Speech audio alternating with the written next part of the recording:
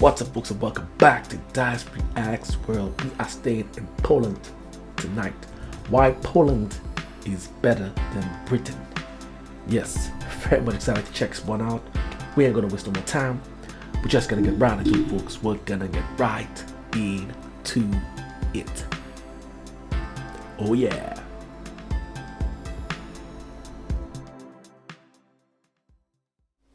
Hello everyone, cześć, dzień dobry.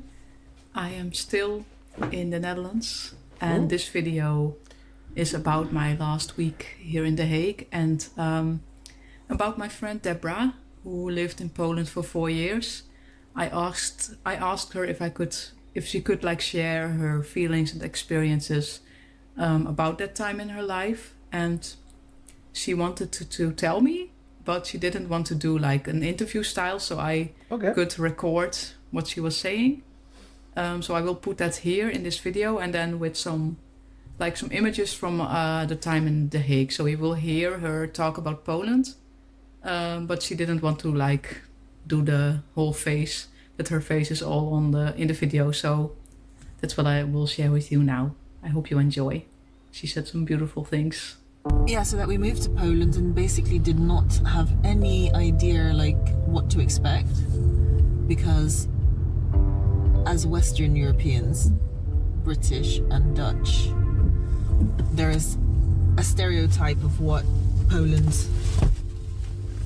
is, as in with ex-communism history, you know, being in Central Europe, and really people have no clue about how rich the history is, how beautiful the country is, how much nature there is, you know, how also just like, you know, institutions, how highly educated Polish people are.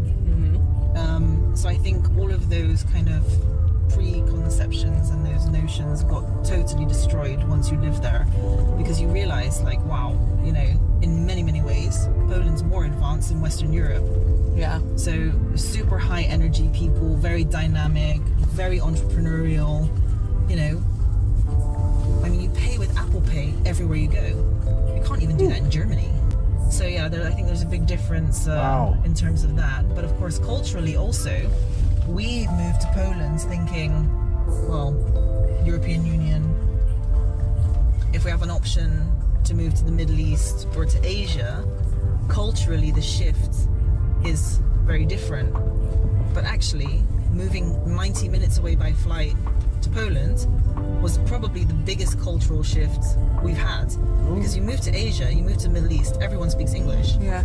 You move to Poland, you can't read the language, you can't pronounce the words, you don't understand what's happening around you, you don't recognize anything, right? So you need to learn, like you need to make the effort to integrate yourself a little bit, otherwise you're really in trouble. And so having this idea of like, oh yeah, we'll still be in Europe and you'll have a higher comfort level, totally not true. So culturally a big shock. And probably the biggest learning for us was like our time in Poland, because there are some ideas and some beliefs that are so polar opposite to us, and you spend your time thinking like, you know, societally we're maybe more democratic or more liberal or whatever, and then you move to Poland and you're like, well, I'm in the minority, I'm not in the majority, not everyone thinks like me, for sure not. Yeah. It's so completely different. I think it's the biggest learning curve that we had, moving only a 90-minute flight away. Wow. That you can be in a different country and, you know, but everything is different.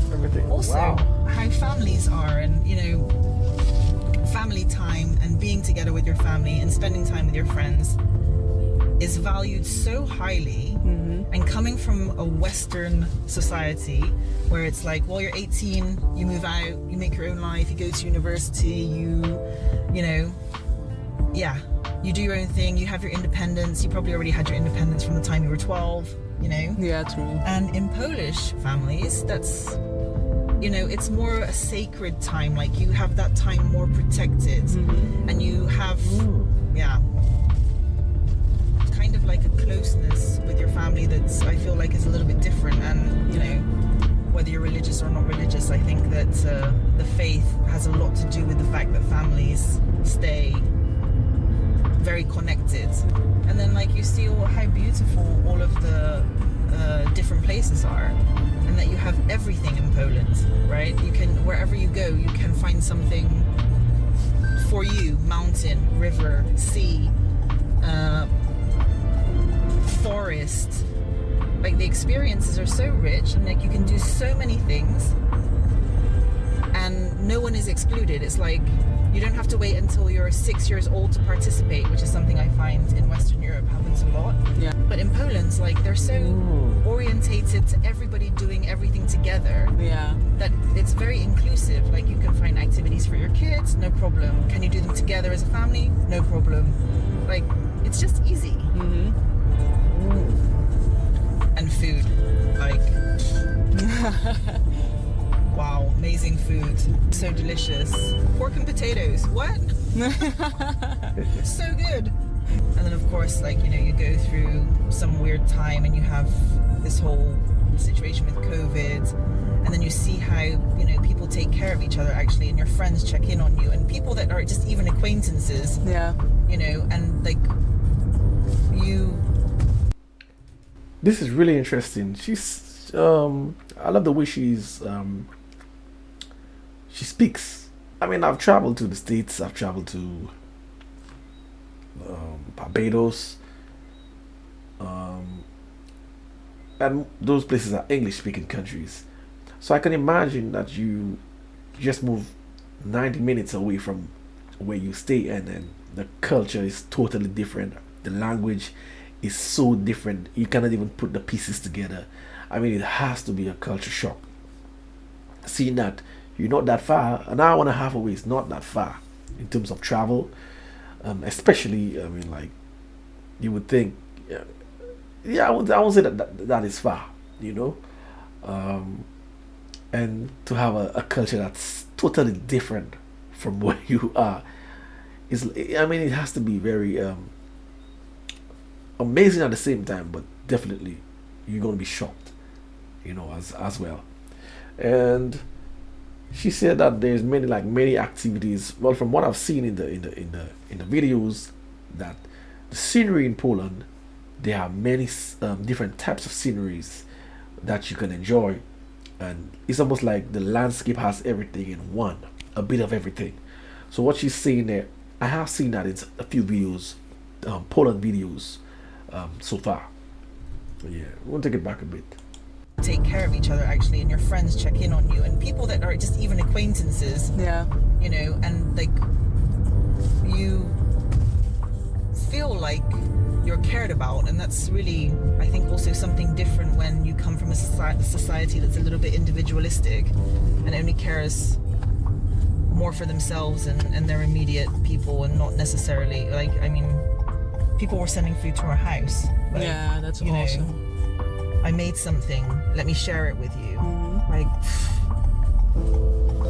it's crazy. It's completely different. So I hope that they don't lose that kind of value system as it becomes, which inevitably it will become very, very developed very, very quickly, but it's already happened. But I don't want them to lose those kind of really important Yeah, true. values that they have. Poland has they don't advertise themselves well enough. I really feel like this is a problem. They should have a tourism board that really markets Poland to the max, because so many things to offer and so few people know about it. And Krakow, I can't talk about many places in Poland, but you know, the places I do know, it's one of those rare countries where everywhere you go, you're like, I am genuinely surprised. I was not expecting that in a positive way. So that's also a big bonus, right? If like you constantly get positively surprised. Like all the time. Like I all still the time. have that. I've been to many places, like 50 plus, but still. Yeah, exactly. I really love how my friend speaks about Poland and her time here. She opens my eyes even more.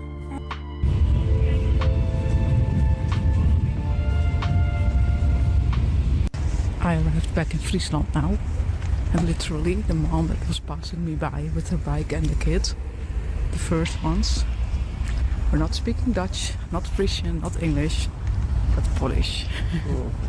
I literally wanted to say cześć, but no, they were already gone.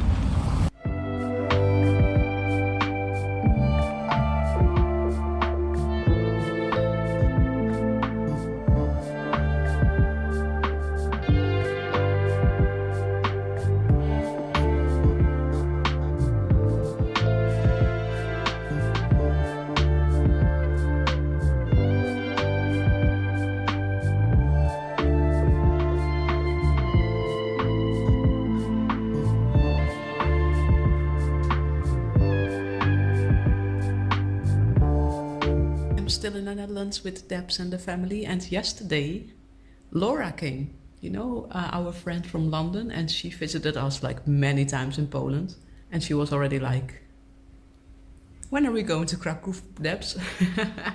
So they also want to go to Poland again because, you know, it's a big part of our lives.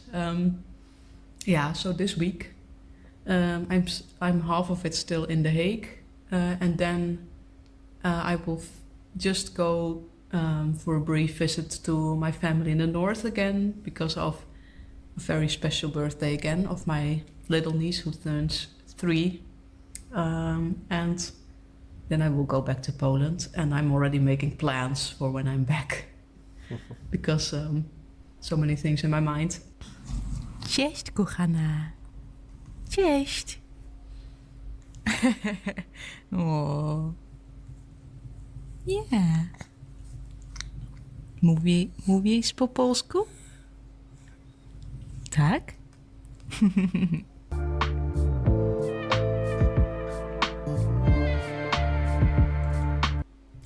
First things first, I must say this video was well put together. Man, it felt like a mini documentary. Honestly, it felt like as though it's some like actual like a big media channel who put this documentary together. Just the feel of it, just it's so how to say it's so wholesome, you know, and it just makes it so appealing.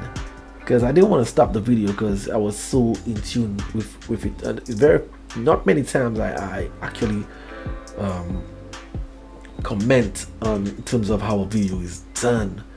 Some videos I watch a lot of videos that I've done. I mean, they're wonderfully done, but this had a very wholesome feeling to it, like the authenticity and the praise that's been given into Poland is so genuine, and you know, it's just so warm. And I had to listen very attentively, and man, it just makes me want to go to Poland already. I want to go to Poland. I want to make some babies in Poland, man. Oh yeah, and everything she says just fits the imagery that I have for Poland. And whenever I hear Poland, I think of, you gotta get like the coldness and the warmness at the same time. That's how I see it. And the lush green landscape with the friendly people, and it just seems to me like a very warm, welcoming land by a lot of things I've seen so far. I mean, it's a must visit place. It was not on the list at all for me in terms of places I wanted to visit, you know. But like she said, maybe, I mean, they don't do a good job marketing Poland as like a tourist destination, I would assume, because there's, I wouldn't say negativity, or maybe on the negative side to a bit, but there's not I would say like a, in terms of tourism, like a good shadow over Poland in the tourism market, I would say, because it would never, I mean, like, you don't really, I've never heard anybody say that they want to go to Poland. Never. You know, you hear all different countries for different reasons, but like she said, it could be a marketing problem, or they need to do a better job at marketing per se, because definitely it is a tourist destination there are so many things there to offer from what I've seen, and also the history is very rich, so that's a plus. You know, they have, you know, there are many places in Poland, I would assume, that historically that many people around the world would love to visit and learn about. So it could be on the marketing side that tourism industry there maybe are not doing a good job, or maybe for whatever reason they don't put it to that magnitude. Could be, I don't know. Hit me up in the comments. What do you guys think? Why is it not like more a tourist destination in terms of like the way that it's been marketed? Why do you think that is? Hit me up in the comments. I really enjoyed this video, and I'm certainly going to be checking out more from this channel. I love this channel. I haven't felt that way about a video in a long time. Yes, if anything, it was a little too short. If anything, yeah, it was a little too short. Guys, if you want to see that long drawn outro, I do hit me over on Dyce Reacts, where I do music reactions. This way I'm going to be making my exit. So until next time, peace out.